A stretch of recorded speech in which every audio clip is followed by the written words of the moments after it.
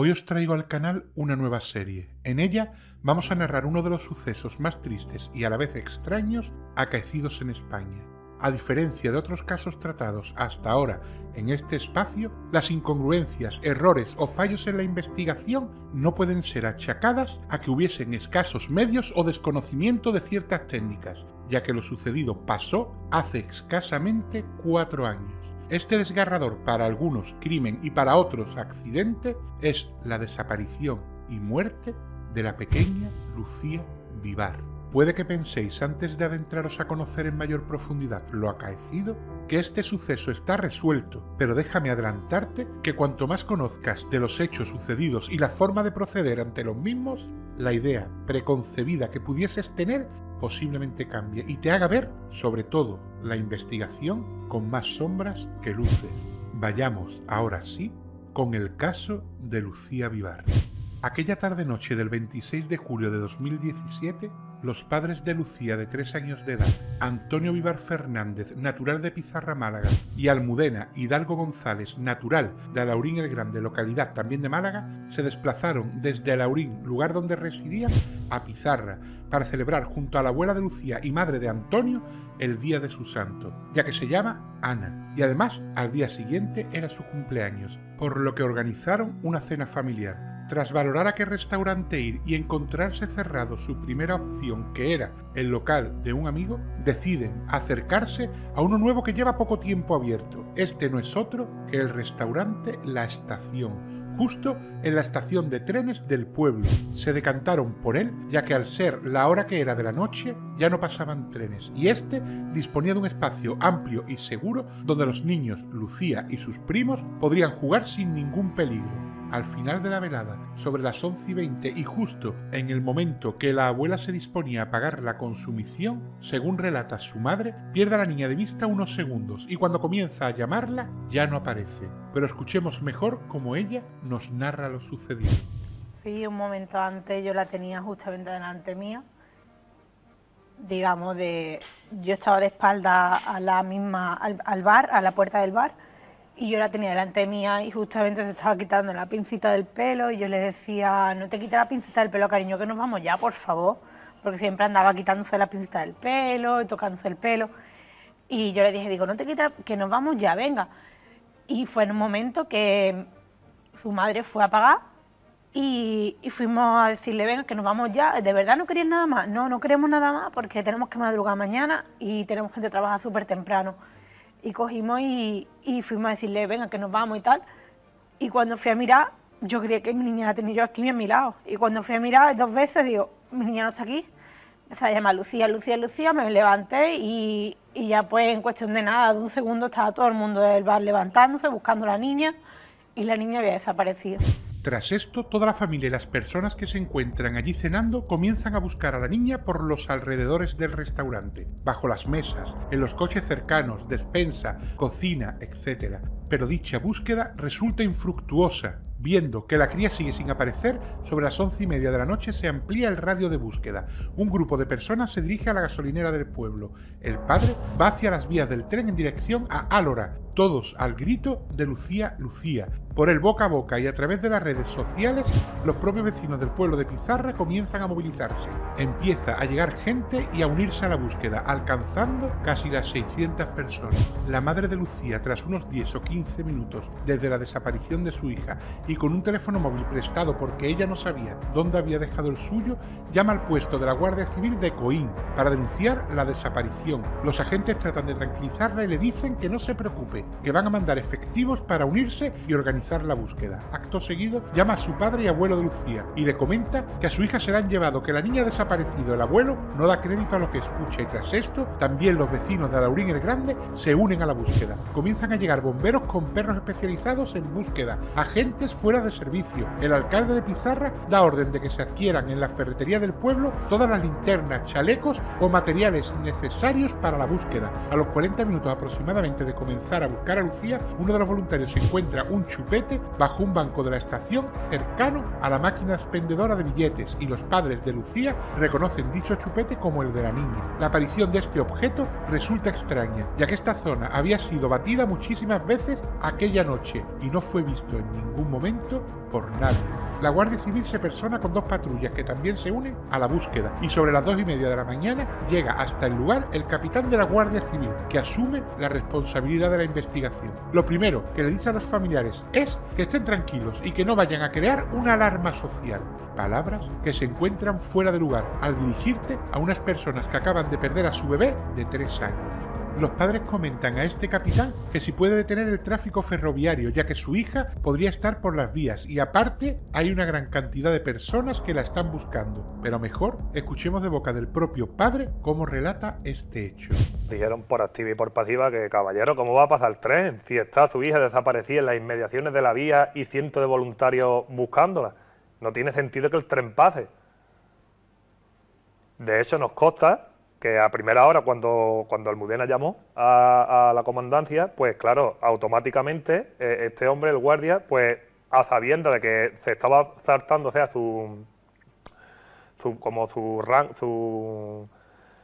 que estaba dando órdenes, pero él no tenía permiso, en el puesto que él está no tenía permiso para esas órdenes, para esos pasos, ¿no? Pero aún así, él fue el que llamó y dijo, oye, que los trenes no paren, que hay una niña perdida y cientos de voluntarios buscando. Cuando se incorpora el capitán por la madrugada, me dice lo mismo. ¿Cómo va a pasar el tren? ¿Cómo va a pasar el tren? Si está la niña perdida en las vías. En un momento determinado de la noche, a este capitán se le insta para ver si Renfe puede visualizar las imágenes de la cámara de vigilancia que hay en la estación enfocada a las vías, para saber si en ellas aparece Lucía. Según comenta esta persona, se ha llamado a la estación de Santa Justa en Sevilla, donde se reciben las imágenes de las cámaras de todas las estaciones de Andalucía, y el vigilante que está pendiente de ellas les ha comunicado que por delante de esa cámara no ha pasado nadie. Según relatan los padres de la pequeña, las palabras textuales de este agente es: por ahí no ha pasado ni un perro. La búsqueda resulta incesante y comienza a tomar fuerza la posibilidad de que Lucía haya podido tomar el camino de las vías, algo un poco inexplicable, ya que al realizar dicha acción la cría se aleja de la luz y se dirige a una oscuridad casi absoluta, ya que había luna nueva y la visibilidad, según el Instituto de Meteorología, no superaba esa noche el 8%. Aún así, un grupo de voluntarios recorre un trayecto dirección a Álora de casi 4 kilómetros. Sobre las 5 de la mañana y de forma totalmente incomprensible, el responsable de la investigación da la orden de que se pare y que se vayan a descansar, que al día siguiente se reanudaría la búsqueda, que posiblemente la niña se haya cansado y se haya echado a dormir en algún lado. Esto resulta totalmente incomprensible. No cabe en cabeza humana que se detenga la búsqueda de una cría de tan corta edad. Lógicamente, ni los voluntarios ni el padre de Lucía abandonan la búsqueda y continúan con ella. Aun habiendo sido pedido por los familiares que se hiciesen controles de entrada y salida de vehículos de la localidad y ofreciéndose la propia policía local del municipio a realizar dicho control, estos reciben una negativa, por lo que en ningún momento y con una menor desaparecida se cierran las entradas y salidas del pueblo. Todos continúan buscando a Lucía y sobre las 7 de la mañana, aproximadamente cuando Antonio Vivar se encontraba en la puerta de una empresa de materiales de construcción que tenía unas cámaras enfocadas hacia las vías, añadir como dato que Antonio había pedido durante la madrugada si podía realizar la visualización de la grabación de estas. El capitán instó a que dicha visualización se realizase a la mañana siguiente con el pretexto de no molestar al técnico encargado a esas horas de la madrugada.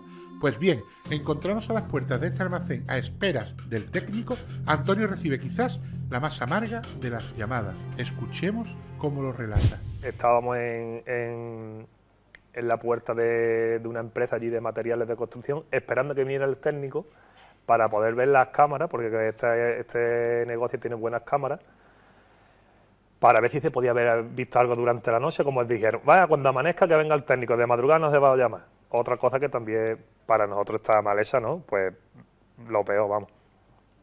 Estando esperando al técnico, suena el teléfono, lo cojo y con las mismas... Oye, Antonio, sí, que su hija falleció en las vías, pero ¿qué me está diciendo? Pero vamos, como te lo estoy diciendo, no te creas que tampoco... ¿Dónde está mi hija? Yo me conozco a aquella, yo me he criado allí. y me conozco pizarra, todos los alrededores, cuando me dijo dónde estaba, en el punto que estaba, digo, para decirle, me acuerdo yo que le dije a Almudena, ella no conoce por allí, porque ella no es de allí. Yo le dije, pero ¿cómo va a estar mi hija ahí, Dios mío, si hay 4 o 5 kilómetros de aquí? Concretamente, el cuerpo de la menor aparece a 4 kilómetros 280 metros de distancia del restaurante La Estación, donde estaban cenando aquella noche. Curiosamente, si recordáis, al principio de la búsqueda aparece el chupete de Lucía bajo un banco pegado a la máquina expendedora de billetes. Pues bien, este se encuentra en el sentido contrario al camino que finalmente se supone tomó la niña. Según los padres, su hija nunca iba a ningún lado sin él. Antonio y Almudena se acercan al lugar donde ha sido hallada su pequeña. Por activa y por pasiva piden ver el cuerpo de Lucía, pero el capitán de la Guardia Civil se lo niega desde el primer momento. Pero todo no queda en esta negativa. Justo con los padres allí sucede una cosa un tanto inverosímil, pero mejor que lo escuchéis de la boca del padre, porque contado por mí igual no expresaría lo rocambolesco de la situación. Yo soy el primero, cuando lleguemos allí, como yo le he dicho al Almudena, yo soy el primero que no voy a pisar la zona, que la cordones, lo que quiera, pero quiero ver a mi hija, cómo está, cómo deja de estar, y las quiero ver, porque para eso somos sus padres. Bueno, pues cuando llegamos allí aquella mañana, pues te puedes imaginar cuando hay cualquier tragedia en un circo, de vecinos, cámaras, todo el mundo allí.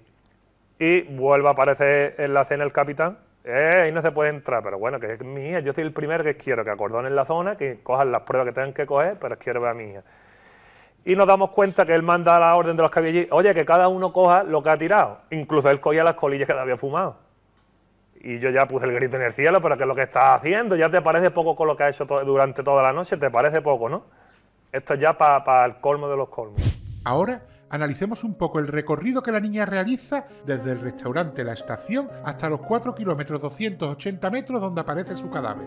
Primeramente, para acceder a las vías, la pequeña tiene que saltar un escalón de más de 80 centímetros, que es el que se encuentra en la estación. Es cierto que a pocos metros existe un desnivel un poco menor por el que también se puede acceder a ella, pero Lucía tendría que haber accedido a él casi en total oscuridad, ya que se encuentra alejado de las luces. Dando por bueno que la menor llega hasta las vías, comienza un recorrido por un terreno lleno de piedras de un tamaño considerable, y no olvidemos los propios travesaños de la vía. Pues bien, todos estos obstáculos son salvados por la cría, que camina con unas sandalias y en casi total oscuridad. Recordad que esa noche solo había un 8% de visibilidad, pues por extraño y sorprendente que parezca, este bebé de 3 años no cae en ningún momento ni tropieza, ya que ni en el cuerpo ni en los pies se encuentran lesiones que indiquen tal acción.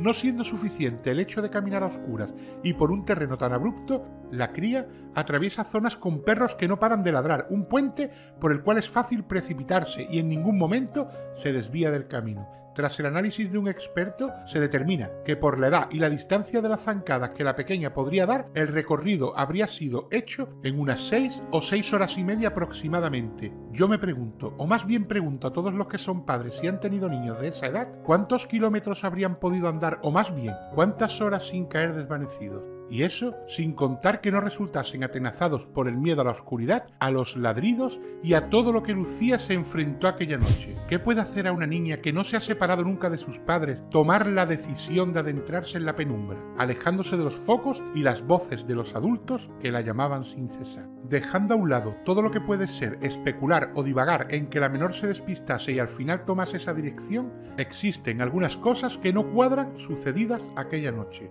Algunas más de las que ya hemos contado. Como narramos anteriormente, los padres de Lucía pidieron al capitán de la Guardia Civil que mirase las cámaras que había a la entrada de la estación, y este contestó que le habían comunicado que por allí no pasaba ni un perro.